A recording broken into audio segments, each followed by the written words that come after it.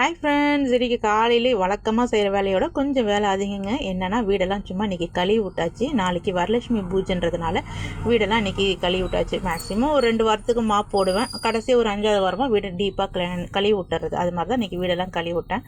வரலட்சுமி பூஜைன்றது பெருசாலாம் நம்ம செய்யறதில்ல. நம்மளால் என்ன முடியுதோ அதை அம்மாவுக்கு செஞ்சு வச்சு படைக்கிறது. அதுதான் நான் ஒரு 10 வருஷத்துக்கு மேலேயே அதை ஃபாலோ பண்ணிக்கிட்டே இருக்கிறேன். ரொம்ப சிம்பிளாக எளிமையாக தாங்க செய்வேன். பெருசாலாம் ஒன்றும் செய்ய மாட்டேன். ஆனால் செய்யாமல் விடவும் மாட்டேன். என்னால் முடிஞ்ச அளவுக்கு அம்மா படமோ கலசமோ வச்சுட்டு பூஜை பண்ணிட்டு என்னால் என்ன நைவேத்தியம் இருக்குதோ அதை செஞ்சு வச்சுருவேன். சாமி கும்பிட்றதெல்லாம் இப்படி தான் செய்யணும் அப்படி தான் செய்யணும்னு யாராவது சொன்னாலாம் ஏற்றுக்காதீங்க. நமக்கு எப்படி தோணுதோ அது மாதிரி செய்யுங்க. அதுதான் பெஸ்ட்டு.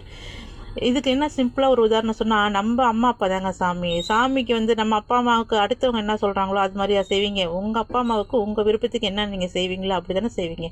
அதே மாதிரி தான் கடவுளும். என்னுடைய மைண்ட் தாட்டுக்கு அதுதான். நமக்கு என்ன தோணுதோ அதுதான் சாமிக்கு நான் செய்வேன். என்னால் முடிஞ்சது என்னமோ அதுதான் செய்வேன். மற்றவங்க இப்படி அப்படி அதை கேட்டலாம் நான் செய்ய மாட்டேன். ஓரளவுக்கு ஓகே நான் ஃபாலோ பண்ண, எல்லாத்தையும் நான் ஃபாலோவே பண்ண மாட்டேன்.